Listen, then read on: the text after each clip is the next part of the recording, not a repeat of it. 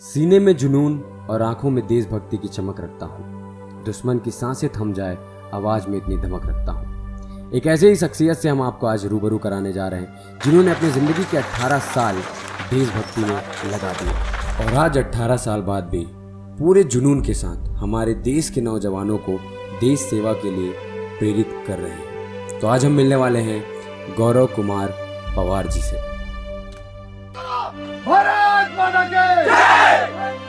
भारत माता की जय! भारत माता की जय! भारत माता की जय!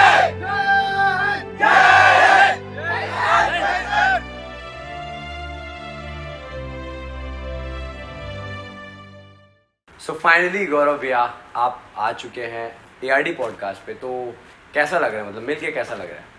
नहीं, जब आप लोग मुझे कॉल किए ना और बोले सर आपको हम सेलेक्ट किए हैं और आपने बोला, तो मेरे को एक अंदर से एक प्राउड फील हुआ कि मतलब मैं इस पोजीशन पे हूँ अभी कि मतलब मेरे को लोग जान रहे हैं, पहचान रहे हैं और आपने मुझे बुलाया। मेरे को बहुत अच्छा लगा और आपके स्टूडियो में आया मैं आज, तो एक अंदर से फीलिंग ऐसा महसूस हो रहा है ना कि मतलब मैं बयान नहीं कर पा रहा हूँ कि मैं क्या बोलूँ नहीं बोलूँ, क्योंकि फ़ौज में हम रहे, सिविल माहौल से दूर, तो समझ में आता नहीं है कि मतलब सिविल में आदमी बोलेगा कैसे, क्योंकि एक लैंग्वेज होता है, एक वर्ड होता है ना, क्योंकि हम उस लाइन से फील्ड से दूर, तो पता ही नहीं चल पाता कि आदमी बोलेगा क्या। लेकिन हाँ, मेरे को माहौल बहुत अच्छा लगा, आप लोग का प्यार मिला मेरे को, देख रहा हूँ आप लोग बहुत बढ़िया, मतलब सब मिले, मेरे को रेस्पेक्ट किए, ये वो ये बहुत बहुत धन्यवाद।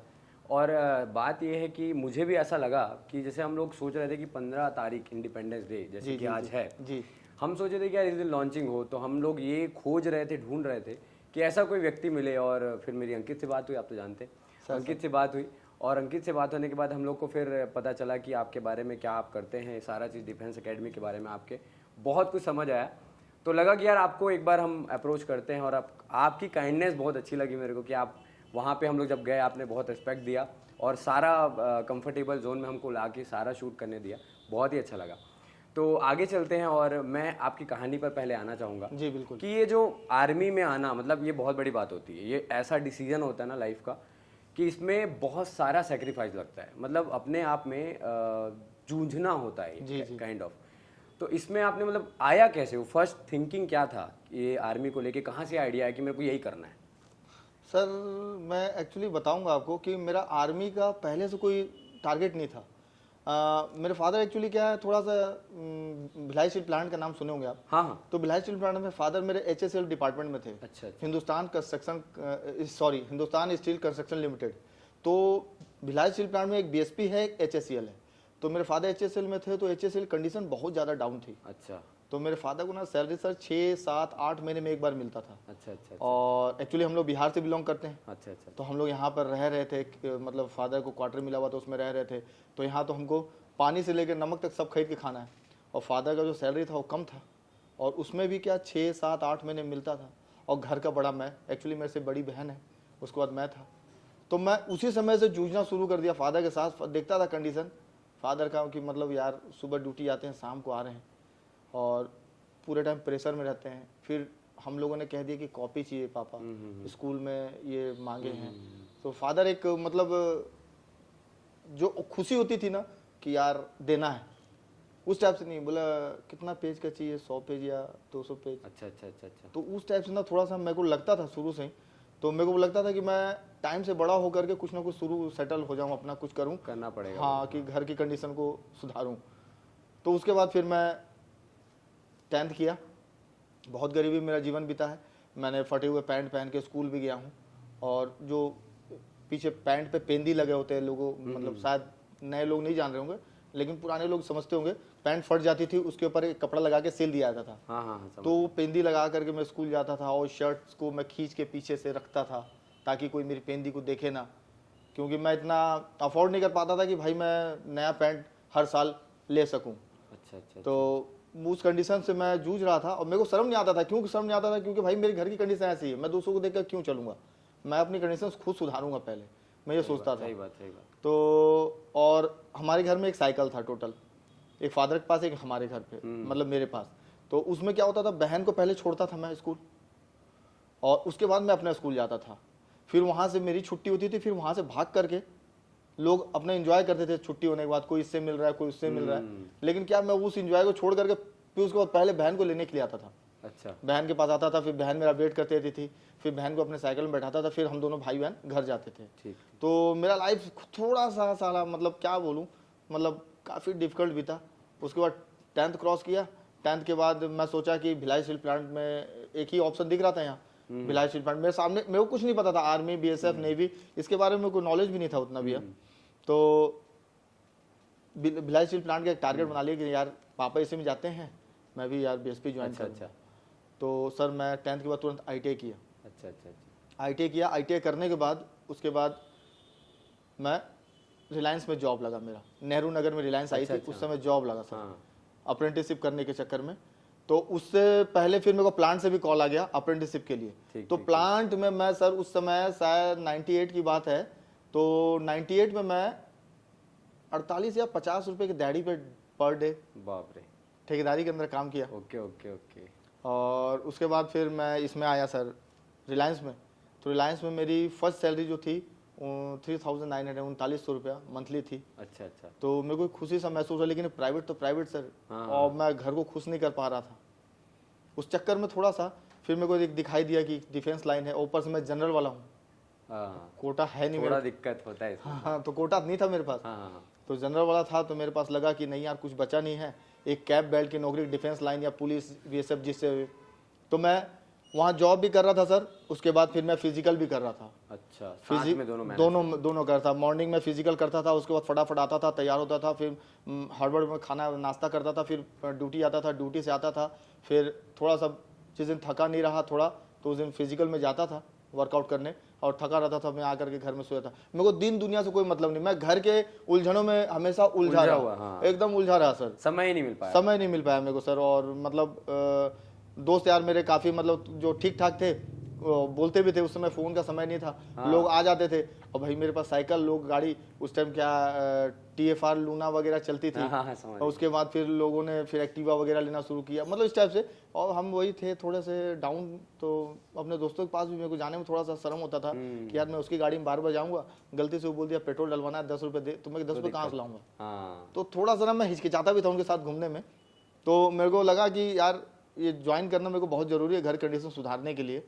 और उसी बीच मेरी बहन की शादी की बात चलने लगी, तो मेरी बहन की शादी भी तय हो गई। और फादर मेरे को बोले कि यार दीदी की शादी उदी तय हो गया है ऐसे ऐसे। तो मैं बोला फिर देखिए कैसे करना है, क्या करना है अभी। तो फादर किसी भी तरह जैसे तैसे जो इनकम बैंक में जमा था, जैसा भी थोड़ी सेविंग, हाँ जो शेविंग वगैरह थी, उससे फिर सिस्टर की शादी वगैरह हुआ। और सिस्टर की शादी होने के बाद फिर एकदम खाली हो गया हम, बिल्कुल मतलब सारा चीज उसमें लगा हाँ दिया। सारा चीज चला गया और एकदम खाली हो गया। तो फिर मैं वही फिर शुरू कर दिया एकदम जबरदस्त प्रैक्टिस। तो फर्स्ट भर्ती में देखा, मेरे को नॉलेज नहीं था कि कैसे क्या करना है नहीं करना है। फर्स्ट भर्ती में देखा रायपुर में। अच्छा तो मेरे फादर एक्चुअली खुश नहीं थे। अच्छा मेरे फादर वो सोचते थे, बोला यार ये क्या कर रहा है तू यार, आर्मी को लेके कुछ भी। हाँ मतलब ये क्या फिजिकल, मतलब तू जा रहा फिजिकल देने के लिए क्या है। मैं सुबह दौड़ने भी जाता था, तो फादर बोलते भी थे, बोले क्या कर रहा है, बोला ITI किया है तो कुछ प्राइवेट जॉब में, क्योंकि मेरे फादर का सर्कल उस टाइप का था कि भाई जॉब कहीं लग जाए। मेरे फादर को भी एक्चुअली नॉलेज नहीं था। मैं अगर देखता हूँ तो मिडिल क्लास फैमिली लगभग यही होता है कि जॉब लग जाओ, अच्छे से सेटल हो जाओ, बाकी हाँ, फिर अपन देख लेंगे सर, तो ये एकदम सेम सागर सर, ऐसा ही चल रहा था। मेरे फादर का भी दिमाग में यही था कि कहीं ना कहीं सेटल हो जाए, नहीं तो फिर दिक्कत हो जाएगा आगे चल करके। तो वही मैं तैयारी करता था। मेरे फादर बोलते थे, बोले ये मेरी मम्मी को कि ये क्या कर रहा है, दौड़ने जाता है, ये करता है वो करता है, मतलब फिजिकल देने जा रहा है, ये करने जा रहा है, ऐसा बोल रहा है। तो जब मैं फिजिकल निकाल कर, जब फिजिकल हुआ तो उस टाइम क्या होता था, हाथ पे यहाँ पे सील लगता था। अच्छा, रनिंग निकालते थे, अभी तो शायद चेस्ट पे टैग टाइप का थोड़ा। हाँ, नहीं वो आर्मी डिफेंस का यहाँ पे सील लगता था कि आपने रनिंग क्लियर कर लिया। तो मेरे फादर एक्चुअली पैसा वैसा नहीं थी, मैं ट्रेन से WT जाता था विदाउट टिकट। अच्छा हाँ, भिलाई से सरस्वती नगर, रायपुर सरस्वती नगर में ही भर्ती हो रही थी। तो मैं WT गया विदाउट टिकट, क्योंकि मेरे फादर से पैसा मांगा तो फादर ने बोला कि मेरे पास नहीं है। तो मैं भी ज्यादा एक तो वैसे ही मना करके रखे थे, एक तो ऐसे ही प्रेशर में थे, पापा की बोला कहाँ क्या कर रहे हैं। तो वही उसी चक्कर में मैं चला गया WT, बोला देखते हैं क्या होता है।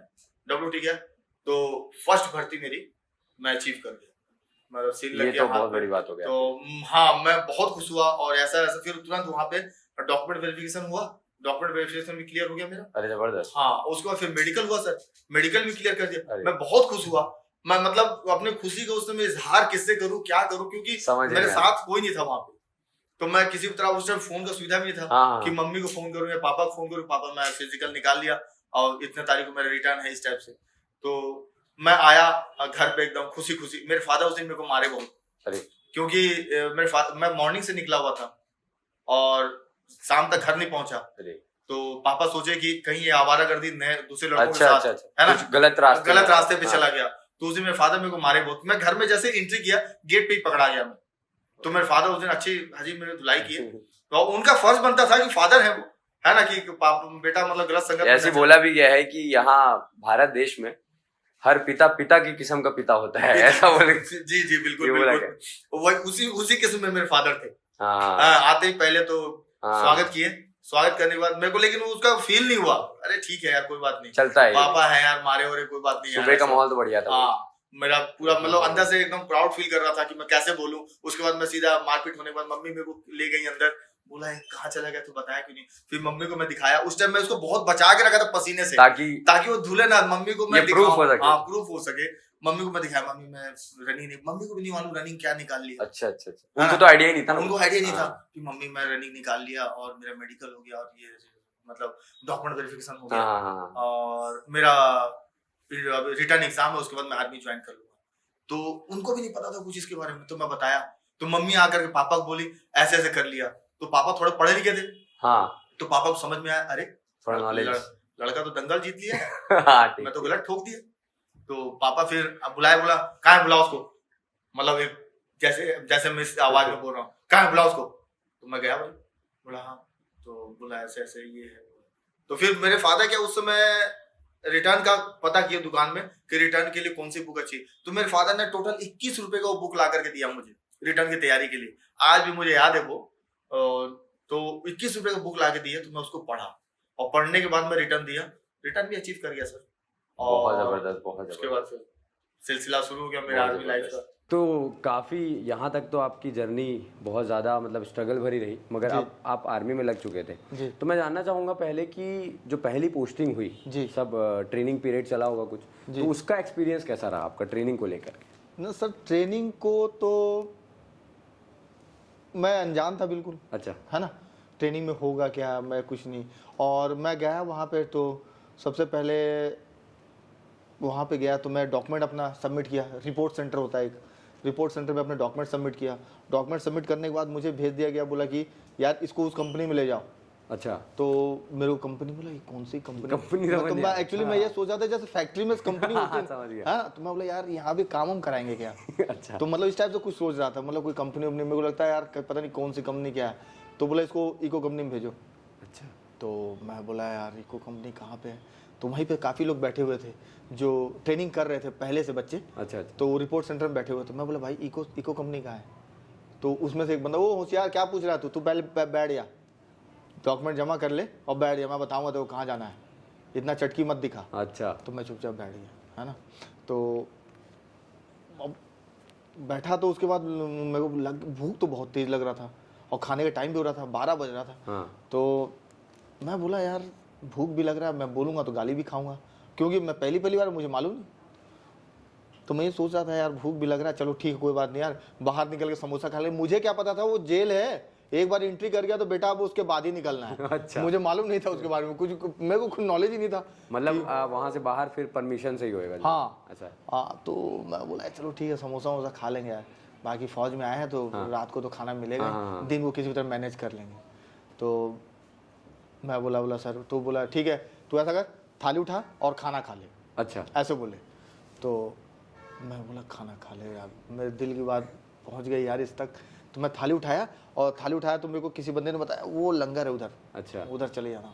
तो लंगर में फर्स्ट टाइम गया तो काफ़ी मतलब रश था, काफ़ी लोग लाइन लगाया कि अपना अपना, लेकिन बहुत फिर भी वहाँ क्वांटिटी मतलब कितने लोग होंगे वहाँ पे? तकरीबन सर मेरे आइडिया से उस समय करीबन 150-200 लोग खड़े थे। हाँ, लेकिन कंटिन्यू चल रहा था वो। अच्छा, है ना। तो मैं भी गया वहाँ, थाली उठाया तो थाली देखा, फिर उसको थोड़ा सा मैं साफ़ किया पानी से और गया वहाँ पे खाना खाने। तो मैं फर्स्ट टाइम ना राजमा खाया था। अच्छा, लाइफ में पहली बार फर्स्ट टाइम राजमा खाया था। तो मैं जैसे थाली में देखा ना, मतलब यार ये क्या दे रहा है यार, बादाम की सब्जी है क्या? अच्छा, क्योंकि वो लाल लाल सर बड़े बड़े दिखे मुझे है ना, हाँ। तो मेरे को समझ में नहीं आया क्या है यार, क्योंकि वो कभी खाया नहीं सर, इससे तो पहले कभी खाया नहीं, तो मतलब क्या है यार ये। और फर्स्ट टाइम रोटी देखा सर वहाँ पे, किस टाइप की रोटी मैं बता रहा हूँ, रोटी मतलब देखा पहले ही घर पे देखा था, लेकिन वहाँ की रोटी कैसे देखा, मतलब रोटी को आप रगड़ दिया जाए ना, अच्छा। तो उसमें से इतना आटा गिरता था जिसके ऊपर, क्योंकि वो क्या है, बाद में देखा मैं बनाने का तरीका, वो गोली को ना आटे के ऊपर रख करके बेल करके और उसको ठक से तवा फेंक देते थे। अच्छा। तो उसमें क्या आटा चिपका रह जाता था। अच्छा, तो वहां पे लोग ना रगड़ रगड़ के खा रहे थे रोटी को, तो उसके ऊपर से ना आटा ऐसे गिर रहा था नीचे। हाँ। तो मैं भी देखा यार रोटी रोज रगड़ क्यों रहे हैं, तो मैं भी रगड़ा तो देखा आटा गिर रहा, मैं बोला हो इसलिए हो रहा है। हाँ, मतलब बैग पढ़ना पलट करके देखते चला गया हाँ। कि मतलब कैसे कर क्या रहे हैं हो वहाँ रहा है, पे। तो वैसे मैं भी राजमा उस दिन खाया फर्स्ट टाइम, और उसके बाद फिर राजमा खाने के बाद खाना वाना खाया, तो आया, फिर उसको मुझे कंपनी भेजा गया कि वहाँ पे कंपनी में जाना, तो मेरी प्लाटून एक थी, उसमें मैं फिर अपना सामान वामान रखा। फिर अगले दिन वही सब ड्रिल, आपको बक्सा मिला, मतलब सॉरी मेरे को बक्सा मिला, उसमें सामान मिले, रिक्रूटमेंट के ड्रेस मिले, और सर्दी का समय था। अच्छा। तो कोट वोट ये वो, मैं काफ़ी खुश हुआ क्योंकि यार फर्स्ट टाइम था, तो मेरे को यार नहीं ड्रेस सब पूरा। बढ़िया समेट समेट कर उसको रख रहा था। मुझे क्या मालूम था कि ये आगे जा करके कितना कष्टदायक होने वाले हैं, ट्रेनिंग पीरियड मेरा जो है। तो सर मैं वहाँ भी सर बड़ा मतलब अपने गेम के नाम से फुटबॉल खेला सर, हाँ, ट्रेनिंग के साथ साथ फुटबॉल भी खेला। फुटबॉल में मैं जीता, तो जो हमारी टीम थी, हमारे जो एक होता है क्या, कंपनी कमांडर होते हैं, कंपनी का ऑनर, जैसे मैं इको कंपनी था। अच्छा। तो हमारी कंपनी का जो ऑनर, जो कंपनी कमांडर कहते हैं उसको, तो हमारे कंपनी कमांडर ने कहा कि अगर हमारी कंपनी फुटबॉल में फर्स्ट आ गई तो मैं आप लोगों को 10-10 दिन की फरलो लीव इन द सेंस, मतलब कि आपकी छुट्टी में से वो छुट्टी नहीं कटेगी, आपको अच्छा, मैं अलग अलग से से घर भेजूंगा। ठीक ठीक। तो उसके अंदर से सारे जितने भी हम लोग ट्रेनिंग थे ना, तो खुश थे कि बॉस करना है यार, किसी भी सूरत में भाई जीतो यार, घर चलो यार, बहुत दिन हुआ है यार, मतलब ट्रेनिंग पीरियड को तो अभी पार होने पता नहीं कितना समय लगे न लगे, ये फुटबॉल जीतो, एक बार घर घूम के आते हैं यार। तो भाई बहुत मेहनत की उसके पीछे, तो हम जीत गए। और जीतने के बाद कंपनी कमांडर ने फिर, मतलब हमारी फौज में क्या होता है, बड़ा खाना होता है, अच्छा, जैसे यहाँ पार्टी बोलते हैं ना, हाँ हाँ, तो हमारे फौज में एक वर्ड है बड़ा वो खाना। बड़ा खाना। हाँ, अच्छा। तो बड़ा खाना में वही स्पेशल बन जाता है, थोड़ा सा चावल थोड़े पीले हो जाते हैं, मतलब हल्दी डाल देते हैं, चावल पीले हो जाते हैं, दाल थोड़ा सा तड़का मार देते हैं, ठीक, और चिकन उकन बन जाता है, ये वो पापड़ वापड़। और हम तो ट्रेनिंग थे, तो ड्रिंक व्रिंक करते नहीं थे, तो जो अधिकारी थे और जवान थे जो पहले से हाँ, तो वो ड्रिंक व्रिंक ये वो, बाकी हम बैठे रहते थे, तो वो बड़ा खाना हो जाता था हमारा। तो बोला बड़े खाने में बताओ, बोला, फिर कंपनी वाले ने पूछा हमसे, हाँ भाई अब क्या चाहिए तुम लोग को बताओ। तो हम लोग क्या बोलते, हम लोग चुपचाप खड़े थे, चुपचाप मुंह लटका करके, कि जो सर ने जो कमिटमेंट किया तो वही पूरा कर दे, हम 10-10 दिन के घर भेज दें तो ठीक रहे। तो बोला हाँ भाई बोलो यार, क्यों नहीं बोल रहे हो। तो हमारे में एक बंदा था, रतन, बंगाल का था वो, तो उसने बोला साहब जी आपने बोला था अच्छा, इस टाइम से ना, तो साहब ने आपने बोला था कि मतलब फुटबॉल जीत जाओगे तो जाओगे घर के 10 दिन की छुट्टी मिलेगी। तो वही ओ बस इतनी सी बात, बोला ठीक है। बोला फिर उसने बताया हमारे जेसीओ साहब को, बोला साहब इनके पेपर बनाओ 10-10 दिन के सबके, घर भेजो इनको, घर घूम के आएंगे।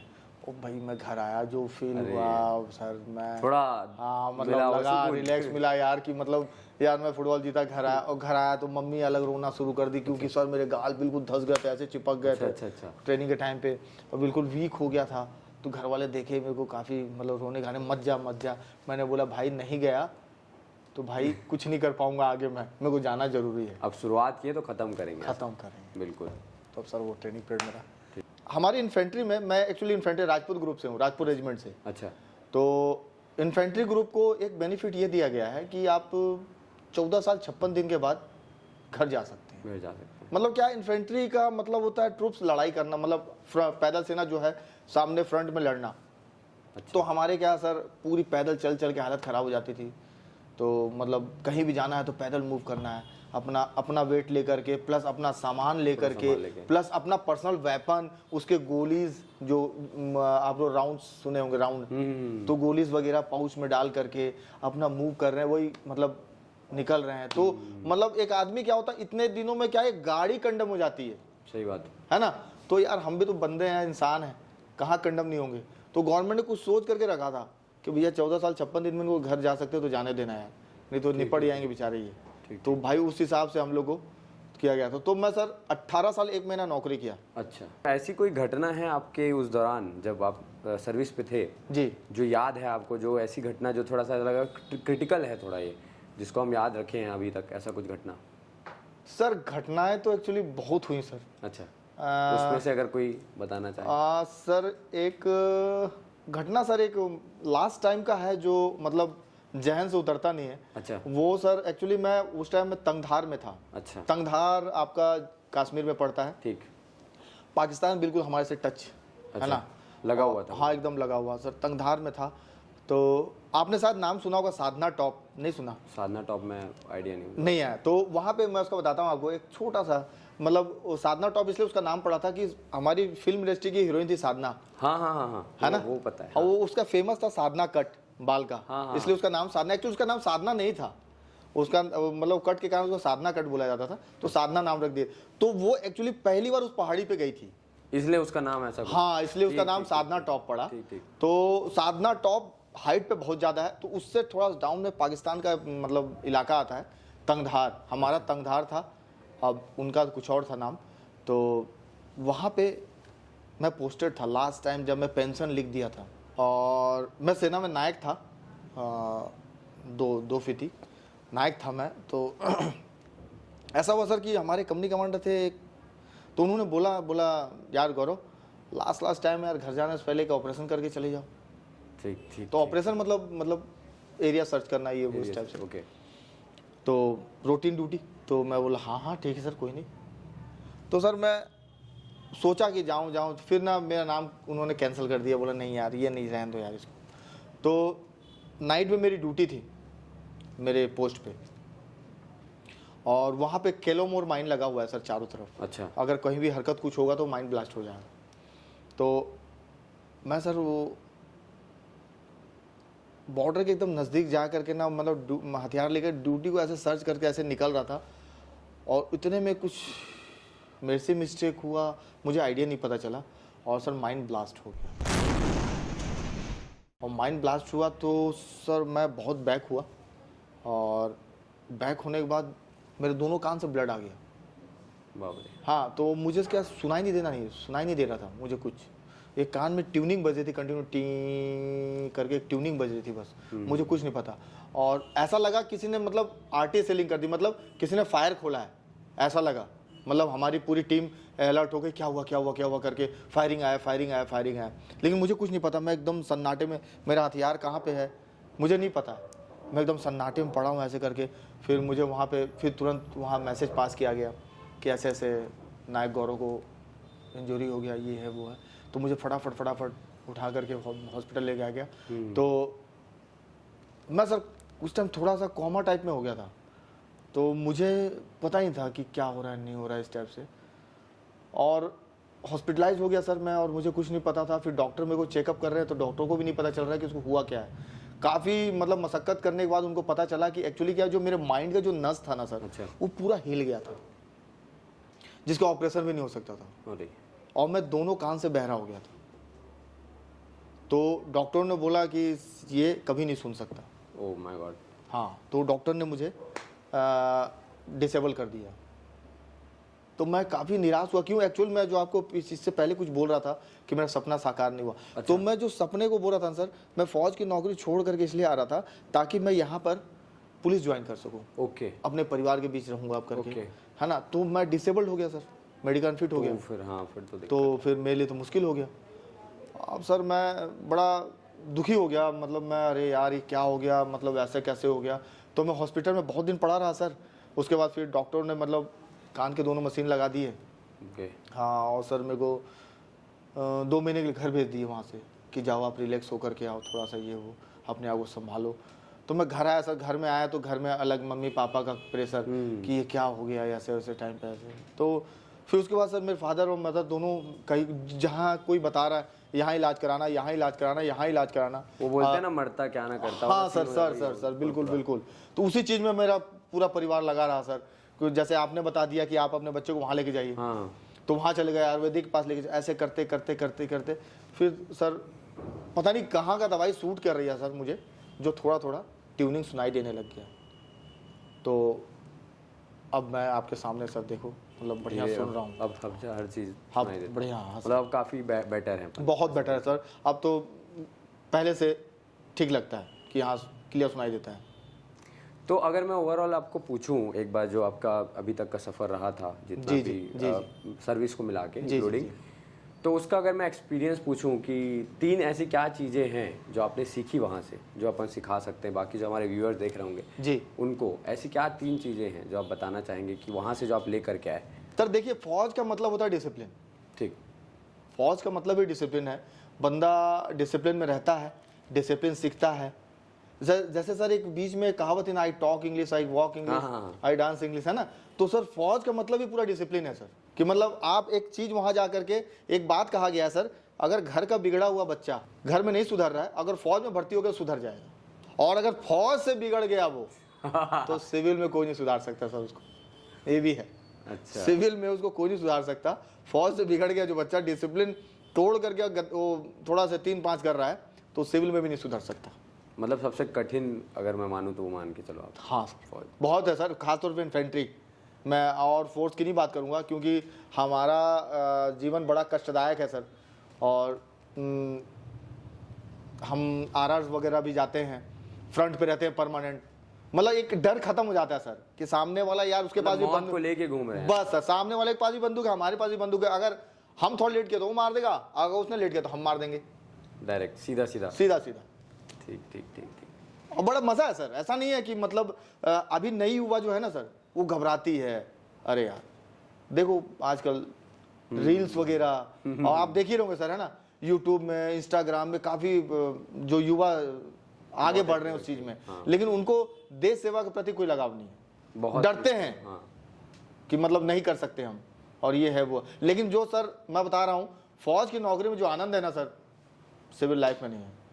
बहुत मजा है। उसमें जो डिसिप्लिन आपको सिखा देता है, बना देता है, वो कुछ और हो जाता है। हाँ वो कुछ और मेरे हिसाब से ऐसा भी इसको अपन बता सकते हैं कि एक ऐसी चीज जिसको पैसे से नहीं खरीदा जा सकता जी, अगर बात करें, क्योंकि डिसिप्लिन तो डिसिप्लिन है, जी, वो करने से ही आएगा। जी जी जी। और यहाँ तो आप जान रहे हो दुनियादारी में तो सब पैसे से ही चल रहा हाँ है। सर, देखिए देख नहीं रहे हैं सर, पिताजी अपना जमीन बेच करके बेटे को पढ़ा दिए और बाद में बेटा लायक ही नहीं निकला, घर बर्बाद हो जा रहा है। तो वही चीजें हो रही तो अगर मैं बात करूँ तो स्पेशल जो चीज़ यहाँ सिखाया गया है, जो एकदम परफेक्ट चीज़, वो है डिसिप्लिन।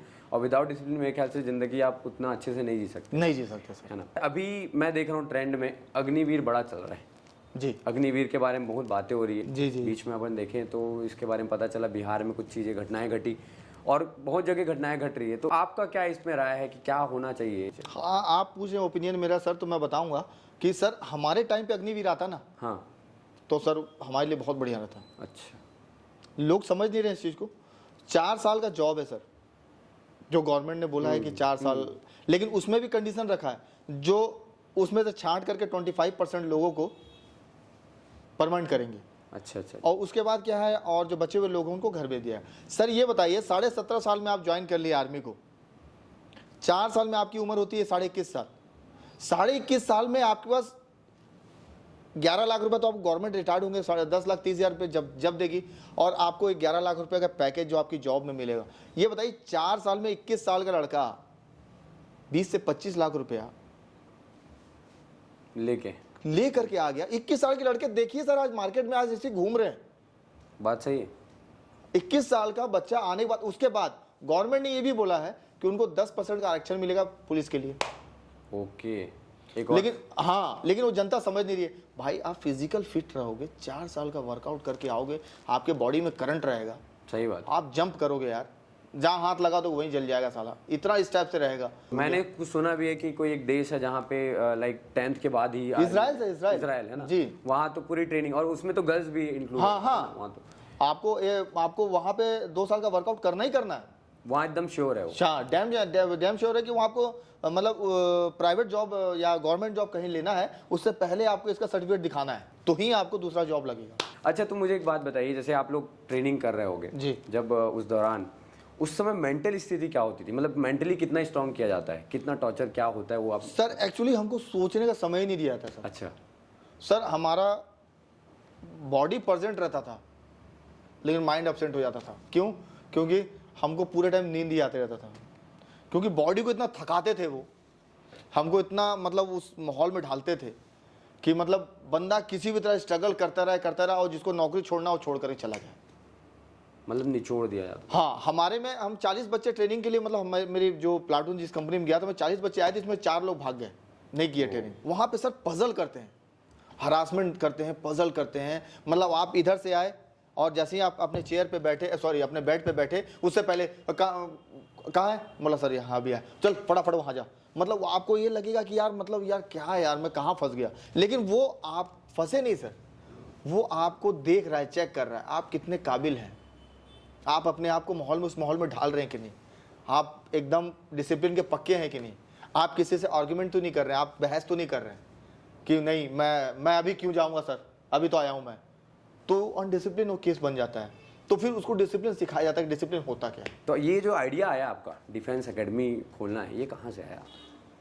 सर ये आइडिया एक्चुअली सर मैं सर देखिए मैं आपको बताता हूँ, जब मैं आर्मी से स्टार्ट हुआ सर, तो मेरा तो आपको बताया डिसेबल हो गया था मैं, वार डिसेबल था मैं। तो उसके बाद तो मेरा ये फील्ड चेंज हो गया कि मैं यार गवर्नमेंट जॉब तो स्टेट गवर्नमेंट कर ही नहीं सकता हूँ। तो एक्चुअली सर उसके बाद ना मैं अपने आप खाली नहीं किया सर, मैं एक्चुअली फरवरी में आया पेंशन और मार्च में मैं ज्वाइन कर लिया गार्ड की ड्यूटी। ओके। कि मैं बोला यार यंग हूँ मैं, मतलब कहाँ खाली बैठ के करना क्या है, क्यों खाली खोपड़ी शैतान कर, हाँ खाली खोपड़ी शैतान कर। अब मेरे बच्चे बड़े हो रहे थे और तो मैं बोला उनको अच्छी एक लाइफ देना है और अच्छा एजुकेशन देना है, तो इनकम चाहिए और पेंशन से मेरा काम मतलब वो नहीं, क्योंकि सर मेरा मकान का लोन भी कट रहा था और मैं नहीं चाहता था कि जो फौज से कमा के लाया दो रुपया तो उसको मैं तुरंत इन्वेस्ट कर दूं, कहीं खर्च कर दूं, क्योंकि मेरे पास वही बैक सपोर्ट था और था नहीं कुछ।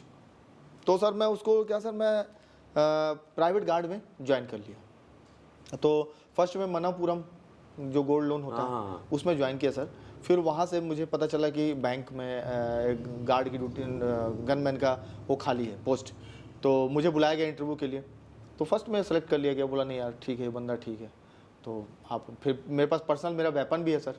अच्छा, मैं वहाँ से लाइसेंस बनवा के आ गया था, तो मेरे पास पर्सनल वेपन भी है, तो रिक्वायरमेंट थी वहाँ पे पर्सनल वेपन की और ऐसा तो मैं तुरंत अप्लाई किया, मैं सिलेक्शन हो गया। और सर ये और सबसे बढ़िया था सर कि मेरे घर के नज़दीक था बैंक को, तो मेरे लिए बहुत बढ़िया हो गया, मैंने उसको छोड़ा और फिर मैं बैंक ज्वाइन कर लिया। उसके बाद क्या है, मैं अपने बच्चों को सैनिक स्कूल का एग्ज़ाम दिलाने के लिए जा रहा था सर।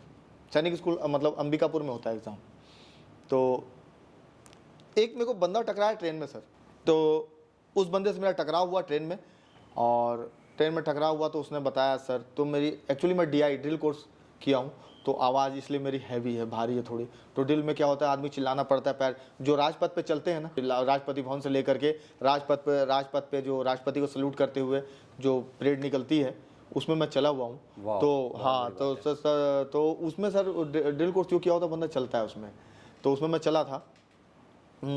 तो वो बंदा मेरे को देखा और आवाज़ में देखा, TT आया टिकट चेक करने, तो मैंने उनको बताया, तो आवाज़ थोड़ा भारी था। तो और एक्चुअली मैं शुरू से ही बाल छोटे रखता हूँ सर। अच्छा हाँ, तो मेरी आदत बन गई वहाँ पे रह करके, एक माहौल में ढल गया कि बड़े बाल रखना ही नहीं है, तो माहौल बन गया था, तो मैं छोटे बाल रखा। तो मेरे को बहुत देर से नोटिस कर रहा था बंदा वो बैठ करके कि यार ये बंदा आर्मी वाला है क्या। उसका वो भी अपने बच्चों को ले आ रहा था एग्ज़ाम दिलाने अंबिकापुर।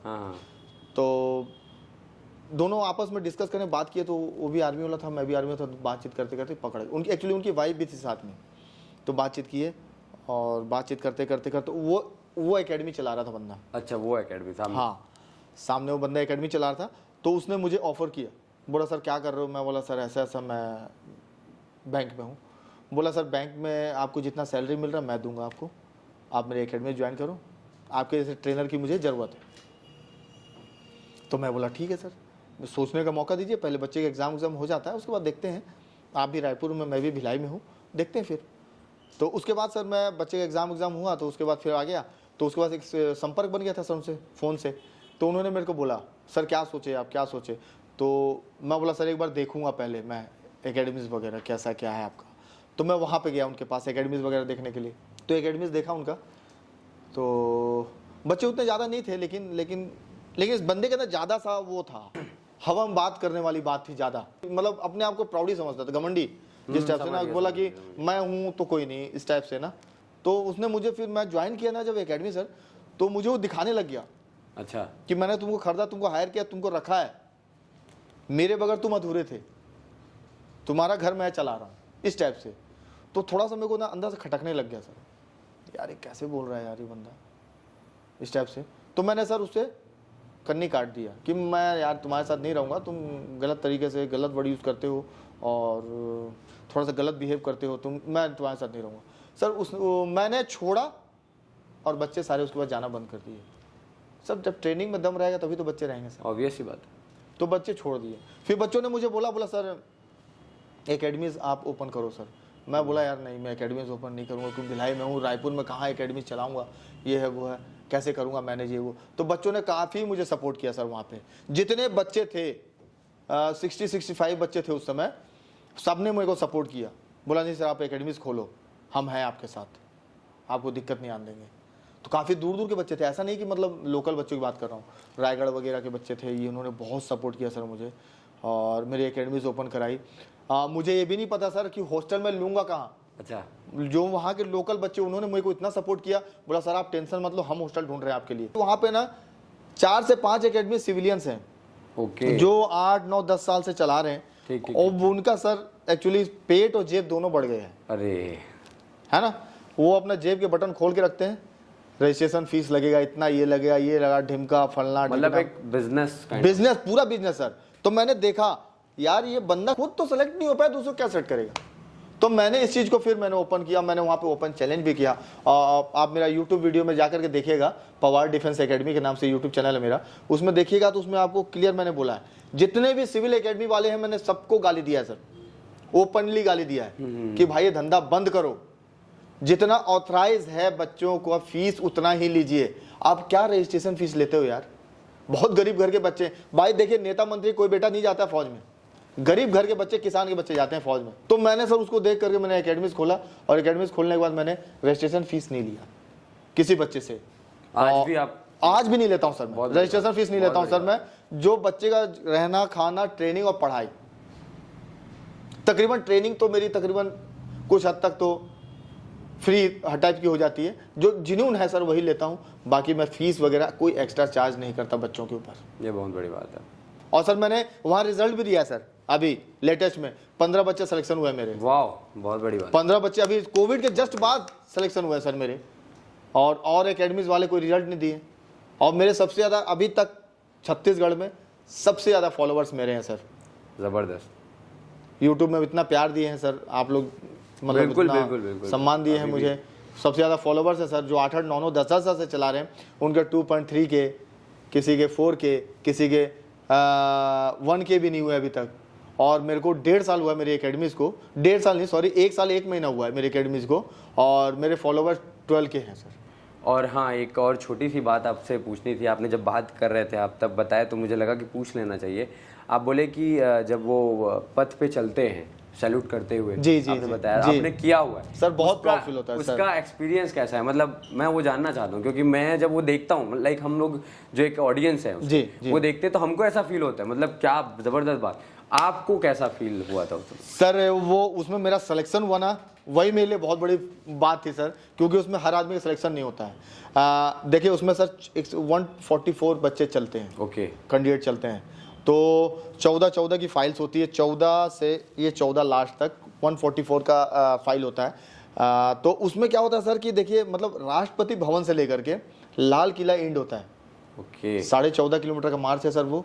और उसमें चलना सर मतलब बहुत बड़ी बात हो जाती है सर। एक साथ चलते हैं, एक साथ चलते हैं सर, उसकी तैयारी बहुत पहले शुरू हो जाती है सर, कि मतलब अलग अलग यूनिटों से बंदे बुलाए जाते हैं।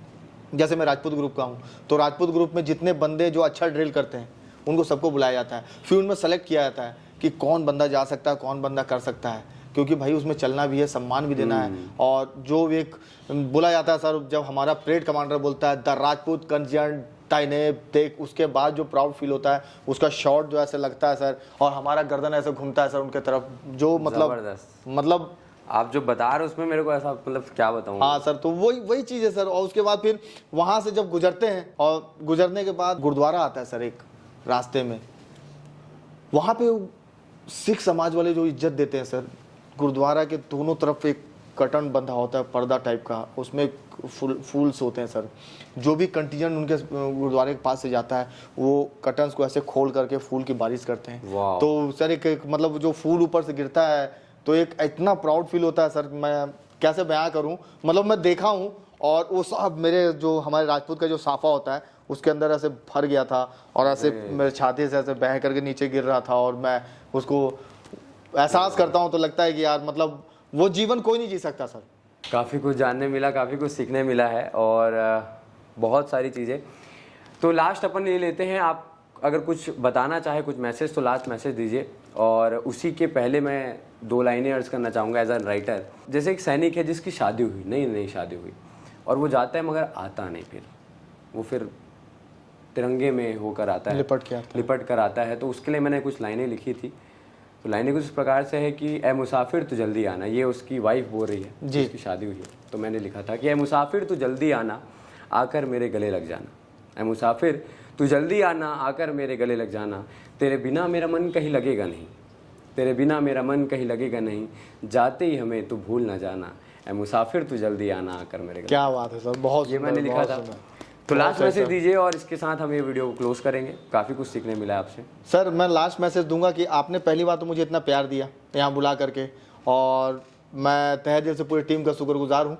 और दूसरा सर मैसेज मैंने यूथ को बता ही दिया सर कि यूथ प्लीज़ फोकस करें, देश सेवा में आगे बढ़ें।